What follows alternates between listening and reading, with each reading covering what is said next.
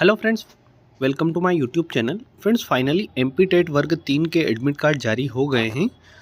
बहुत सारे स्टूडेंट अभी भी परेशान हो रहे हैं, डाउनलोड नहीं हो रहे हैं। तो थोड़ा सा क्या है, सर्वर पर जब ज़्यादा लोड आता है तो इस तरीके की चीज़ें हो जाती है। अब जो है लिंक ओपन हो रही है, आप चाहे तो अब जो है अपने एडमिट कार्ड डाउनलोड कर सकते हैं।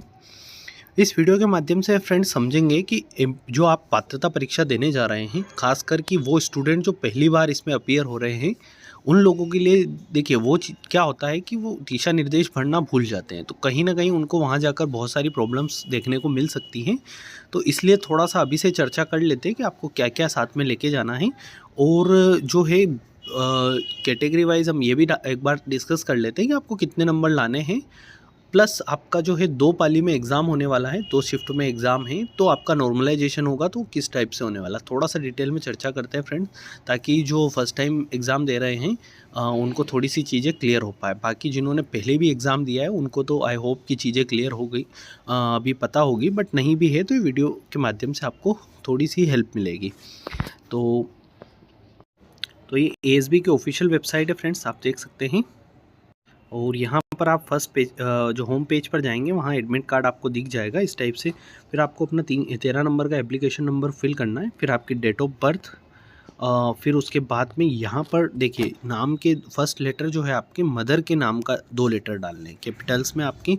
जैसे किसी की मदर का नाम अगर सुनीता है तो SU जो है कैपिटल में डालना है। फिर आपका जो आधार कार्ड है उसका नंबर डालना है, जैसे 3284 अगर किसी का आधार कार्ड नंबर है स्टार्टिंग में तो SU 3284 नंबर डालेंगे। फिर कैप्चा फिल करेंगे तो आपका जो एडमिट कार्ड है वो ओपन हो जाएगा। यहाँ पर इन्होंने बता भी रखा है कि किस टाइप से आप जो है डाउनलोड कर सकते हैं। मदर्स नेम में बहुत सारे कंफ्यूज हो रहे हैं, अपना नाम डाल रहे हैं तो यहाँ पर मदर का नेम आएगा। अच्छा, यहाँ पर अगर हम इसके दिशा निर्देश की बात करें तो थोड़ा सा उस पर चर्चा कर लेते हैं। तो फ्रेंड्स, ये आपका जो है देख सकते हैं लेटर है अपना एग्ज़ामिनेशन का जो आया था, उसमें उसमें A to Z सारी ही चीज़ें दी हुई है।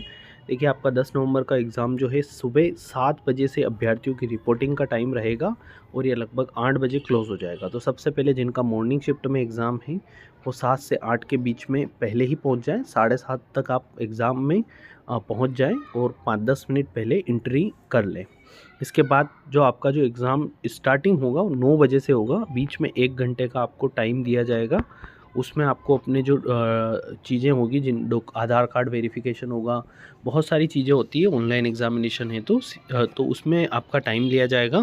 फिर उसके बाद 8:50 पर 10 मिनट के दिशा निर्देश को पढ़ने का आपको समय दिया जाएगा। उसके बाद आपका एग्ज़ाम जो है 9 बजे एग्जैक्टली स्टार्ट हो जाएगा। 2.5 घंटे का समय मिलेगा आपको और इस एग्ज़ाम में आपको जो है 150 प्रश्न हल करने हैं।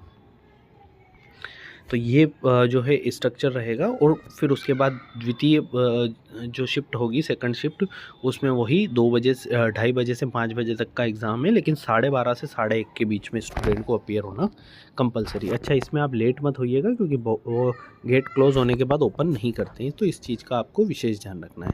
अच्छा, यहाँ पर आपको आधार कार्ड ले जाना है कंपलसरी ही, आपको आधार कार्ड ही ले जाना है। अदर डॉक्यूमेंट आपको अगर आप लेके जाते हैं तो वहाँ पर क्या होगा, आपका थंबनेल जो है वो आधार कार्ड के थ्रू लिया जाता है।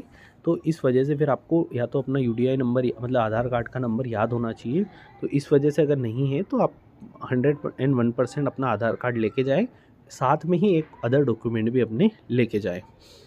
उसके बाद बोर्ड द्वारा आयोजित परीक्षा के मूल फोटोयुक्त पहचान पत्र लाना अनिवार्य होगा। मूल फोटोयुक्त पहचान पत्र के रूप में अभ्यर्थी मतदाता पहचान पत्र, पैन कार्ड, आधार कार्ड, ड्राइविंग लाइसेंस तथा पासपोर्ट में से एक को चयन कर सकता है। मूल फोटो पहचान पत्र के अभाव में अभ्यर्थी परीक्षा में सम्मिलित होने से वंचित रह जाएगा। अभ्यर्थियों के लिए नियम पुस्तिका में के विनिश्चित मूल मूल परिचय पत्र के अतिरिक्त आधार कार्ड। देखिए, यहाँ पर जो मैं बता रहा हूँ, जो इसके अलावा आपको आधार कार्ड ले जाना कंपलसरी, क्योंकि वही आपका VID की जानकारी इसमें जो है वो अवेलेबल होना चाहिए। अगर आप कॉपी ले जाते हैं तो वही आधार कार्ड नंबर आपको याद होना चाहिए, ताकि आपका थंबनेल जो है वहाँ पर अपीयर होगा तो उसमें ये उसी से ही जस्टिफाई होता है कि आप ही एग्ज़ाम दे रहे हो उसमें। परीक्षा में प्रवेश के समय एवं परीक्षा के दौरान बहुस्तरीय बायोमेट्रिक वही जो अपना थंबनेल बायोमेट्रिक सत्यापन जो है वो किया जाएगा आपका। किसी भी तरह का इलेक्ट्रॉनिक गैजेट अलाउ नहीं होगा, तो कोई भी आप चीज़ें नहीं लेके जाएं। अच्छा, यहाँ पर आपको बॉल पेन जो है लेके जाना है क्या? वैसे वहाँ पर देते हैं, बट आप एक ट्रांसपेरेंट बॉल पेन लेके जाएं साथ में, जो आपके लिए आपको लिखने में या क्वेश्चन सोल्व करने में हेल्प करे। वहाँ पर जो देते हैं वो 2-3 रुपए वाला देते हैं, तो वो चलता है, कभी नहीं भी चलता है, तो वो इशू आते हैं, तो आप अपने हिसाब से लेके जाएँ बॉल पेन। किसी भी परीक्षा को प्रारंभ होने के पश्चात समाप्ति के छोड़ने पर अच्छा, यहाँ पर बीच में आपको जाने नहीं दिया जाएगा, छोटी चीज़ें हैं, आई होप कि ये तो आपको पता होगी। अच्छा, यहाँ पर देखिए, अब जो है मेन मुख्य बात हम करें तो सबसे पहले बहुत सारे स्टूडेंट जो फॉर्म फिल करते हैं वो एक चीज़ भूल जाते हैं। आप अगर अपीयर हो रहे हैं एग्ज़ाम में, तो यहाँ पर आप देख सकते हैं कि आपका जो है कम से कम 50% अंकों के साथ हायर सेकेंडरी और इसके समकक्ष पदों पर प्रारंभिक शिक्षा में 2 वर्ष का डिप्लोमा होना चाहिए। मतलब आपका मिनिमम जो है 50% मार्क्स होना चाहिए।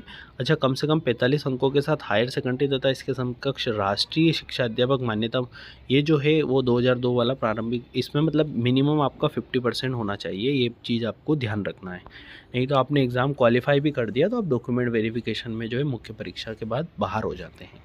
अच्छा, इसके बाद में हम देखें तो इस एग्ज़ाम को पास करने के लिए आपको क्या क्या चीज़ों की ज़रूरत पड़ेगी। तो इस एग्ज़ाम में आपको जो है प्राथमिक शिक्षक बनने के एग्ज़ाम के लिए अगर आप SC, ST, OBC या दिव्यांग व्यक्ति या आर्थिक रूप से कमज़ोर यानी कि EWS में हैं, तब आपको मात्र 50% नंबर लाने हैं, यानी कि 75 नंबर लाने हैं। अच्छा, अगर आपके 74.9 आ जाते हैं, 99 आ जाते हैं, तब क्या आप क्वालिफाई माने जाएंगे? तो इस केस में आप क्वालिफाई नहीं माने जाएंगे। ये चीज़ का आप ध्यान रखना। बहुत सारे स्टूडेंट वर्ग 2 में जो हैं 74 पॉइंट में ही बाहर हुए हैं। अब वो कोर्ट केस उन्होंने लगा रखा है, बट उसका कोई रिज़ल्ट नहीं आना है, जबकि इन्होंने क्लियरली इसको मेंशन कर दिया है। और अन्य यानी कि जनरल कैटेगरी या अन्य स्टेट से कोई अगर फॉर्म भर रहा है तो उसको 60% लाना कंपलसरी, यानी कि उसको 90 नंबर लाना कंपलसरी है। अगर वो 89.99 भी लाता है तब भी वो पास नहीं माना जाएगा। 90 नंबर होना कंपलसरी है, तभी वो पास माना जाएगा। यहाँ पर उन्होंने और क्लियर इसको कर दिया है। इसमें इन्होंने और भी चीज़ें कही है कि शिक्षक पात्रता परीक्षा में आहर्त अंक प्राप्त करने मात्र से नियुक्ति हेतु कोई दावा नहीं किया जा सकता। मूल शिक्षा विभाग तथा जनजाति कार्य विभाग द्वारा निर्धारित नियुक्ति की समस्त शर्तें पूर्ण करने पर ही नियुक्ति की कार्रवाई की जाएगी।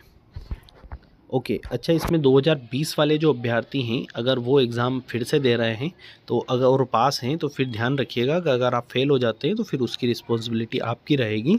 यहाँ पर जो है पात्रता परीक्षा अगर आप 2020 में ही पास कर चुके हैं तो आपको कोई ज़रूरत नहीं है एग्ज़ाम फिर से देने की। इसके बाद हम बात करें बाकी तो नॉर्मल मेंस के लिए है वो आपकी जो चीज़ें होती हैं। अच्छा, कोई हैंडीकैप वगैरह है या किसी तरीके की प्रॉब्लम है उनको, तो वो एक्स्ट्रा समय ले सकते हैं। तो अपना जो टाइम रहेगा वो 2.5 घंटे का है, तो उनको 50 मिनट का समय एक्स्ट्रा मिल सकता है। इसके बाद हम बात करें नॉर्मलाइजेशन, तो नॉर्मलाइजेशन का ये फॉर्मूला रहा है। तो इन्होंने क्लियरली यहाँ पर बताया है कि मान लीजिए किसी ने 100 क्वेश्चन हल किए और 2 प्रश्न निरस्त कर दिए हैं, मूल्यांकन के बाद अभ्यर्थी 98 प्रश्नों में से 90 अंक प्राप्त करता है, तो उसकी गणना जो है इस टाइप से की जाएगी, यानी कि उसके 90 × 100 और 98 का डिवाइड करके 91.83 नंबर माने जाएंगे, यानी कि 2 नंबर नहीं बढ़ाए जाएंगे। जैसे यहाँ पर 2 प्रश्न डिलीट करें तो स्वाभाविक सी बात है 90 नंबर आए तो 92 हो जाने चाहिए, लेकिन इस टाइप से नहीं होता है।